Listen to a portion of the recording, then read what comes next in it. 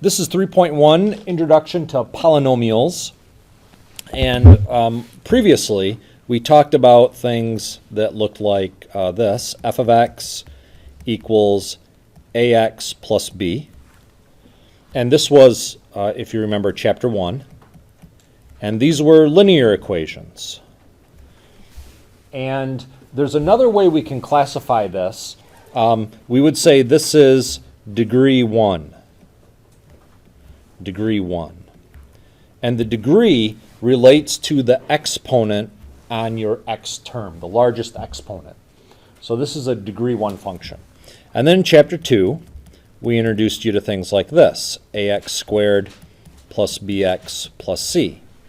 And this was chapter 2. And we called this a quadratic. And a quadratic has degree 2. We then could increase this to a degree 3, and a degree 3 would look like this. Ax to the third plus bx to the second plus cx plus d. And this is called a cubic. And we could go another step. Ax to the fourth plus bx to the third plus cx to the second plus dx plus e. This is called a quartic.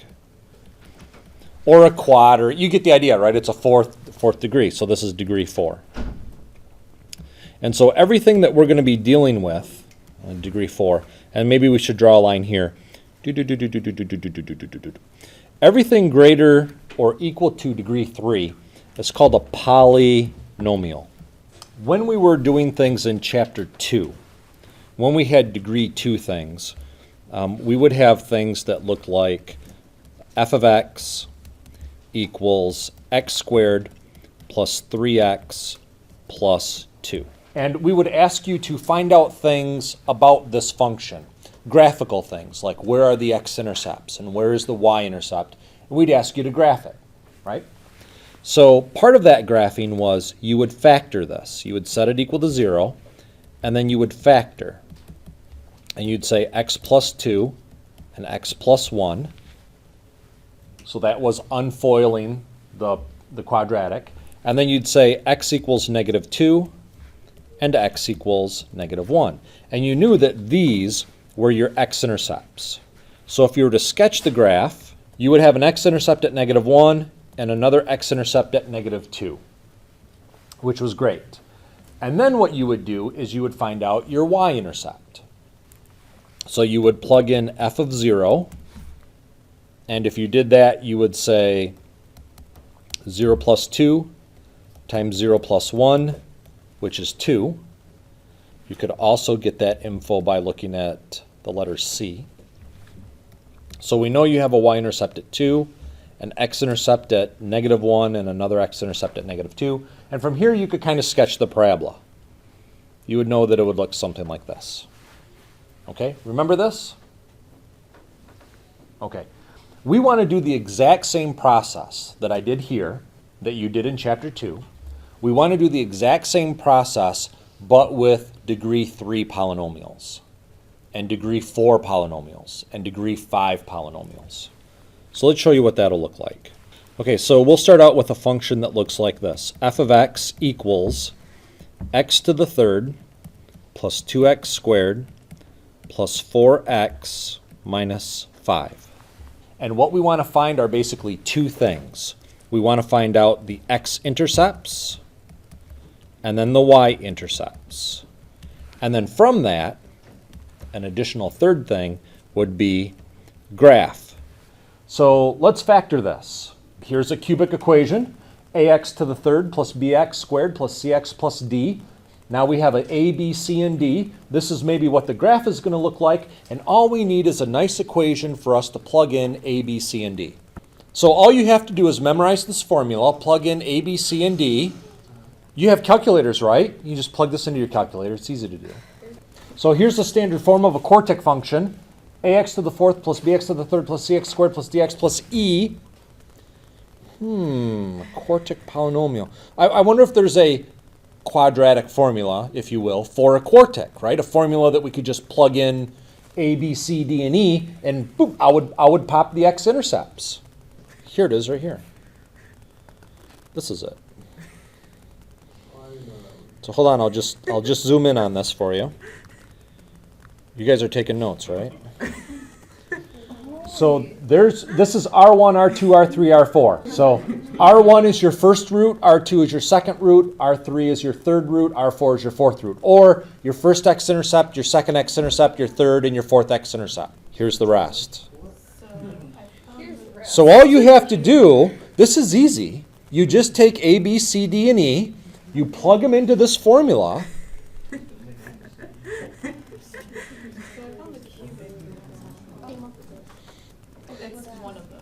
oh, well, hold on. Well, I'm still not done. Hold on. Here we go. So if we give you a problem like this, you just take out your calculator, you punch it into that. No, okay. So instead of having you memorize these formulas and use them, we are going to give you equations in pre-factored format. Okay? So your equation is not going to look like this. The equations that you are giving are going to look like x plus 1, x minus 2, x minus 4, and x plus 5. Okay? So we're going to give you the function already pre-factored. Okay? So, giving you this pre-factored format, what are your x-intercepts?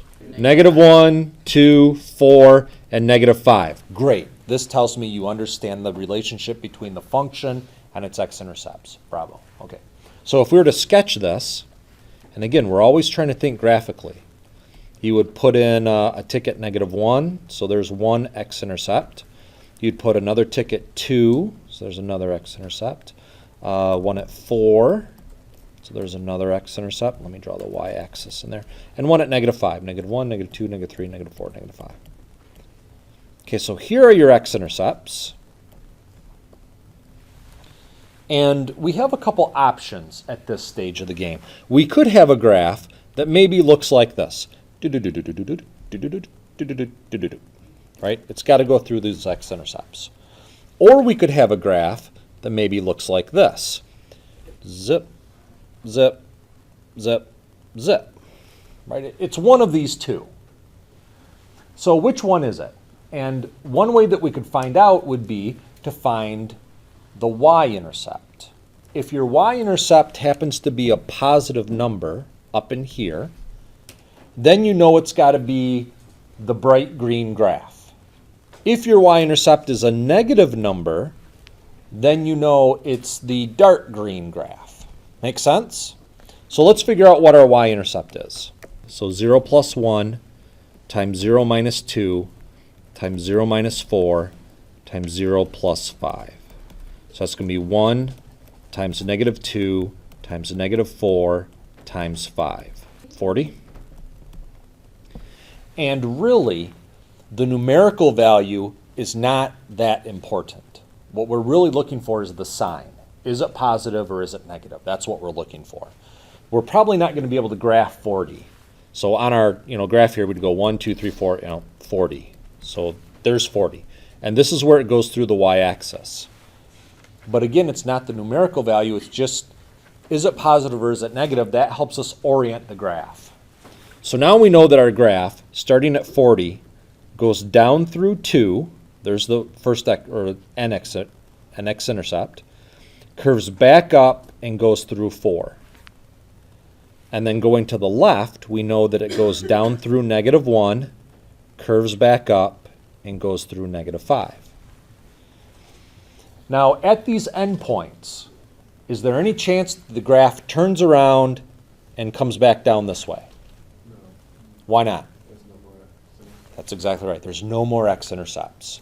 If the graph did turn around, we would have another x-intercept, which means you would have another term in the polynomial. But since we don't, then these graphs keep on going in that direction forever. So here's an idea.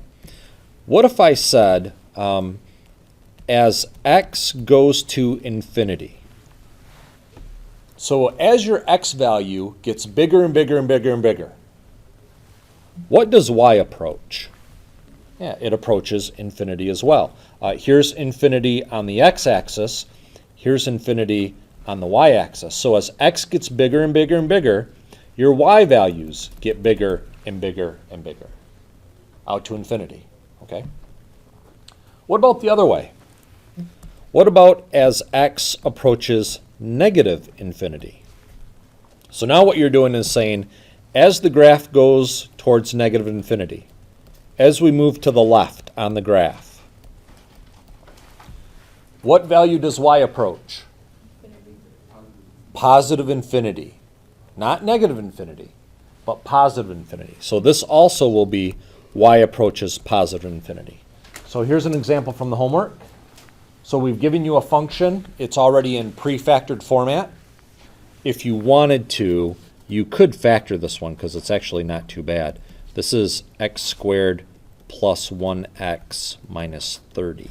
Okay, so we have p of x equals x minus 5 times x plus 6. And we'd like to know, where are the x-intercepts? Where is the y-intercept? And then graph this thing. Okay, and we'll just write this as 5, 0, negative 6, 0. Okay, because those will be the ordered pairs. Where's the y-intercept? Yeah, negative 30. And how did you get that? Well, you could just read it off of the polynomial that we factored out, right? The negative 30 is there. But let's pretend that you don't have this factored out polynomial. Let's pretend that the only thing you have is p of x. So we're going to say 0 minus 5 times 0 plus 6, which is negative 5, times 6, which is negative 30. So the y-intercept is going to be 0, negative 30. So there's one intercept. So here's the other intercept. So that'll be our y-intercept. So how does the function, starting at the y-intercept, the function goes through the point 5, x equals 5, and continues upward forever. And moving to the left, goes through the point negative 6, and continues upward forever. So as x approaches infinity, y also approaches infinity. So it's going to approach positive infinity. So we put a plus in this space. And then as x gets larger and larger and goes to negative infinity, y also approaches positive infinity. So we'll put a plus there. Notice on this homework, they already give you the infinity symbol. So all you got to do is put in positive infinity or negative infinity. Before we do this example, I need to give you some information about what squaring does. And we have to introduce a new term. This new term is the word multiplicity. Let's say that we have x minus 2 and x minus 4. And these things are grouped, and the group has a power of 1 and another power of 1. Okay, we don't write the 1, but it's there. So if you have something with odd multiplicity, then this is something we call a pass-through, which means on the graph, at that x-intercept, the graph goes from positive to negative or negative to positive. The function passes through from positive to negative. On the other hand, if we have x minus 2 and an x minus 4, if you square this x minus 2, even multiplicity means it's what I call a bounce back. The graph reflects off of the x-intercept. It doesn't pass through it. So if you have a function that's coming up from down below here, instead of passing through the 2, it bounces off it. And then it curls back up and goes through the 4. P of x equals x minus 2 squared times x minus 4. And if you were to graph this, we know that we have an x-intercept at positive 2 and another x-intercept at positive 4. We do want to find the y-intercept, so we need to find p of 0. So that's going to be 0 minus 2 squared times 0 minus 4. And again, we don't really care about the numerical value. We care about, is it positive or negative? And so 0 minus 2 is negative 2. Negative 2 squared is 4. And 0 minus 4 is negative 4. So we get negative 16. So that means our y-intercept is down here somewhere at negative 16. That's sort of our starting point for this graph. So we know that this graph approaches 2, but because the 2 is squared, this is even multiplicity, and this is odd multiplicity. So the even multiplicity means it's a bounce back, and the odd multiplicity means it's a pass-through. And then it also goes through the point, negative 16, continuing downward because there's no other x-intercepts. This even multiplicity is kind of like a reflection, and odd multiplicity is like refraction. If you think about light beams, when light bounces off of something, it's called the reflection, but when light passes through a medium, it's called the refraction. So f of x equals, if you take a look at your zeros, the first 0 is going to be x plus 1, right? That's what this creates. And then the second 0 is going to be x minus 1, which is what this creates. And then the last one is going to be x minus 5, which is what this creates. Then what we want to do is we want to make sure that the coefficient of the x squared term is negative 10. So what that means is if you were to write this out as ax to the third plus bx squared plus cx plus d, this x squared term has to be negative 10. So I think what we're going to have to do is multiply this all out. And then we're going to multiply that by x minus 5. Remember, we want our middle term here, that b, we would like that to be negative 10. So what do we have to multiply this whole entire thing by to create an x squared term that's negative 10? Yeah, 2.